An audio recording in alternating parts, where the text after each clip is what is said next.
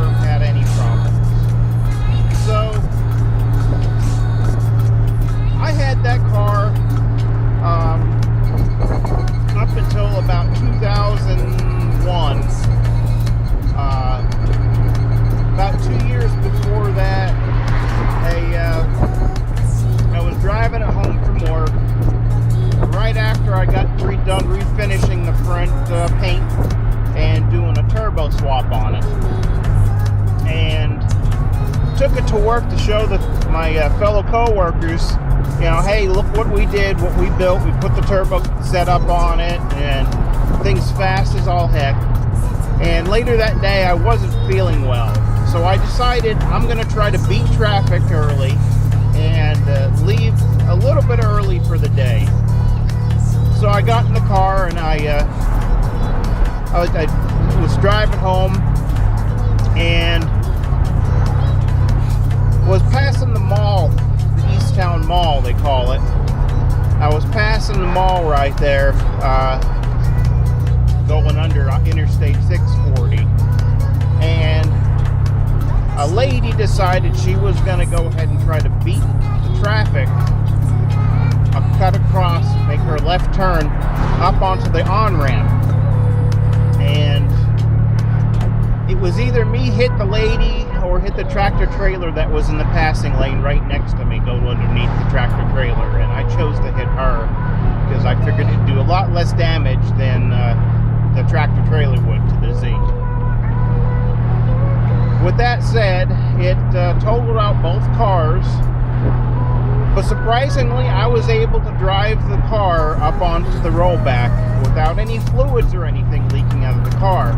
It didn't bust the radiator or anything. It broke the mounts, but the radiator wasn't busted on the car, so it still drove and ran and everything, but the frame was tweaked on it, and I never did really get it on the road again. I ended up selling it to a gentleman in Georgia. So at that point, I was Z-less for a while.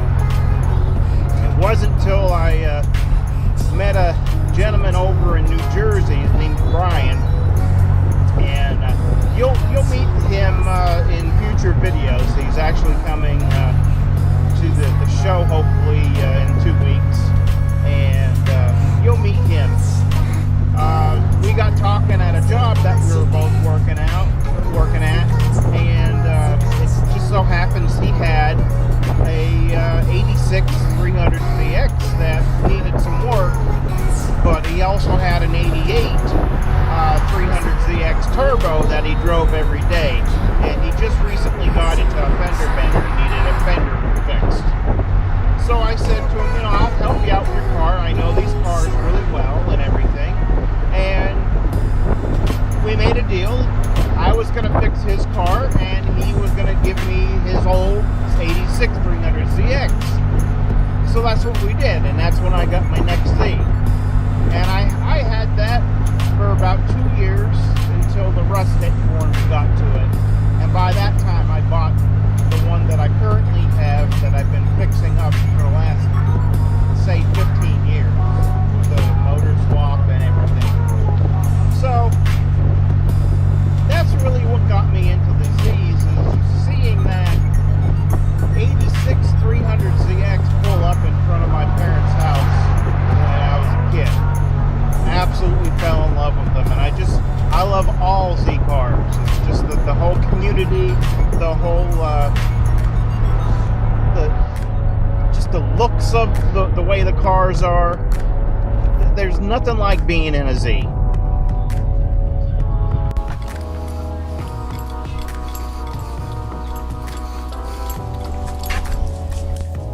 Shop update. Show you around what's going on.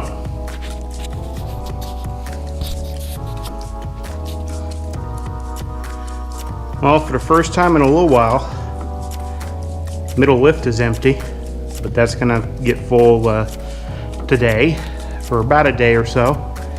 The black 2+2 with the VG33 swap is gonna go here for one last repair that I got to do before taking it up to the paint shop. So we have one small oil leak I got to repair. That's where we went ahead and grab the oil feed line over for the turbo. I guess Teflon didn't take, so we'll have to put new Teflon tape on it and reseal it. Once that's done, I bleed the brakes and it goes off to paint. and body kit installation. I got the body kit all done.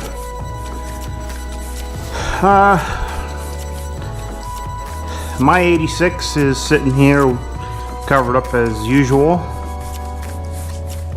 The welding area is a mess as always, but that is pretty much what the shop looks like for today.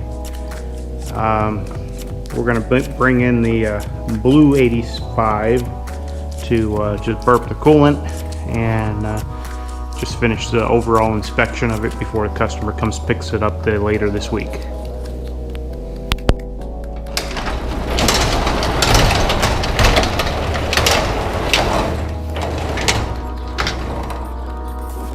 So let's go get the 85.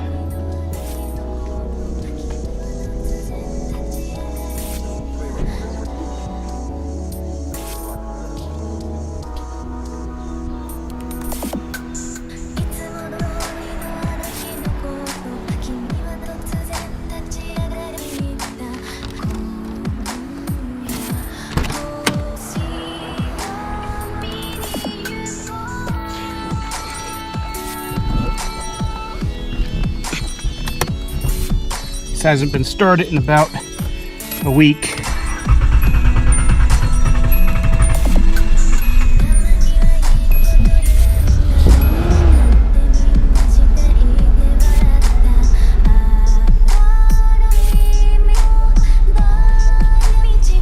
Looks like she needs some fuel.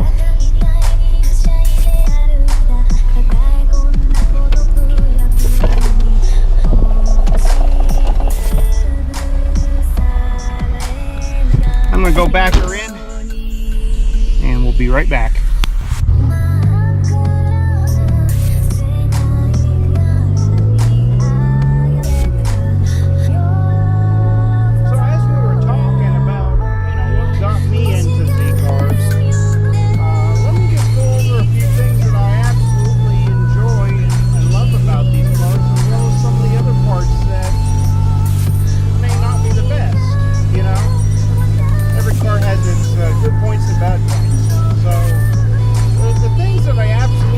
About these cars is just the comfort, the room in them, the ride quality of these vehicles. You can jump in this car and drive for 500 miles and it doesn't wear you out, you know, and it's all the conveniences like the cruise control and things like that, air conditioning, power seats if you get that option. You know, the possibilities are pretty much endless as far as cruising, your road trip. Typical GT cars. They're not true sports cars. And that's one of the bad points about it. Where the S30 was considered more of a true sports car, the S130 and then C31 less than that because it became a GT car. And Nissan had to do that to pretty much keep the Z alive because times are changing. You know, Ford went in 1955 with the T-Bird.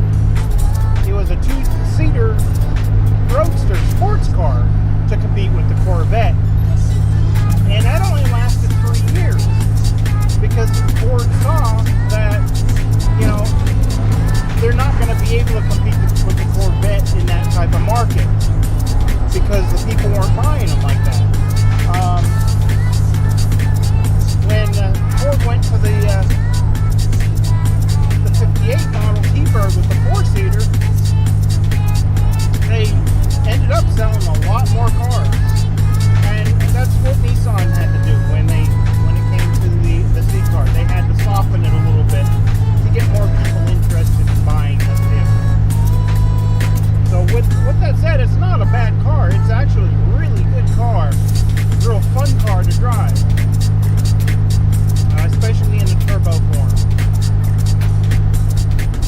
Some other awesome points about these cars is the styling. I absolutely love the styling of the Z cars. from the S30 all the way up. Even with the 370Z, I like the styling.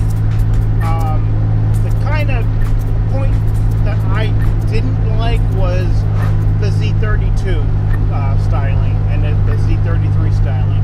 They kind of were very muted, they were rounded, they didn't really have any bold styling cues, where like the Z31 has the semi-pop-up headlights and the triangular and angular body style. The S30 had the sugar scoops that were prominent with that real long hood and hardly any deck.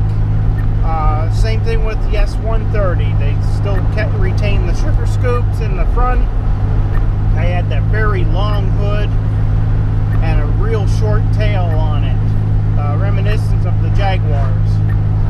And the styling is just excellent. If you put a Z31 next to an S30 and do a silhouette shot, they practically match up, believe it or not. I have a picture somewhere. I'll have to post it down here below. Anyway, yeah, the styling really got to me when I saw these cars. The interiors are excellent as far as quality goes. The dashboards are padded all the way through. There's no, like, nothing rattles in here. Things like that. They're very well put together. Some of the bad points about the Z cars, well, of course, there's no back seat in this one. In the 2+2s, the back seat is practically useless. Unless you have kids that are real young or people with no legs. Anywho, the rear suspension in the S30 or S130 and Z31s, the semi-trailing arm design ain't a terrible suspension design, but it's not great for racing. You have a lot of problems when we're in squat and it changes camber with the travel suspension. So because of that, that's one of the down points of the Z series. Whereas the S30, they use the Chapman strut style rear suspension. The Z32 all the way up now to the Z34, they have the fully independent multi-link suspension systems, and you just can't beat that when it comes to handling. Really, I can't complain too much about these vehicles. Other than when it gets up to the Z32s and on up, they're a little bit harder to work on. A lot of people are afraid of fuel injection systems on the S30s and S130s, but it's a very basic fuel injection system on those things. And if you can just understand just very common basis of how the fuel injection system works, they're not very hard to troubleshoot.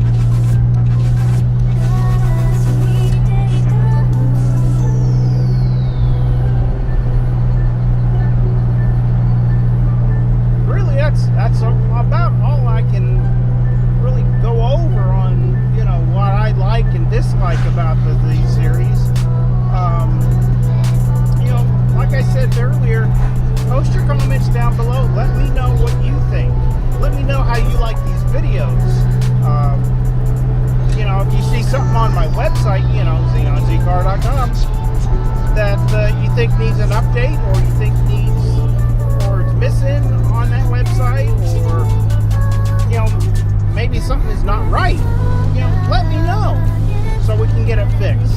That website I didn't build for me. I built it for the community out there so everyone can use it to fix their cars up.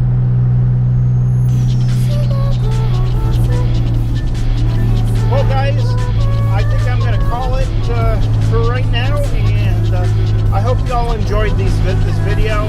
It's a little bit different than what I have been doing.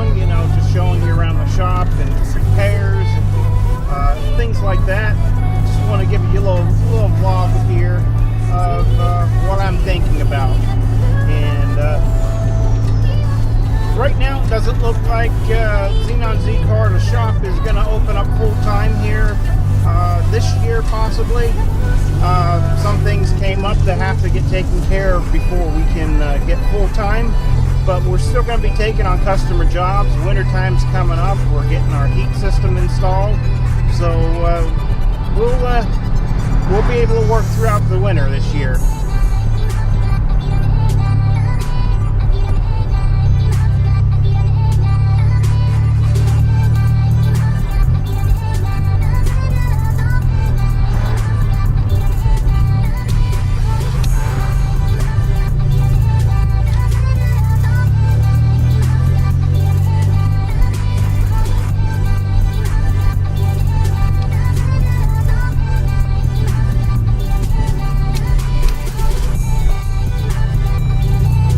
If you like this video, do me a favor, give me a thumbs up. Go ahead and subscribe to my channel. And if you want notifications when I put up a new video, because they are kind of sporadic right now because I've been quite busy, go ahead and hit the bell icon and we'll get you notifications out to you when I get uploaded. Alright guys, y'all have a great weekend.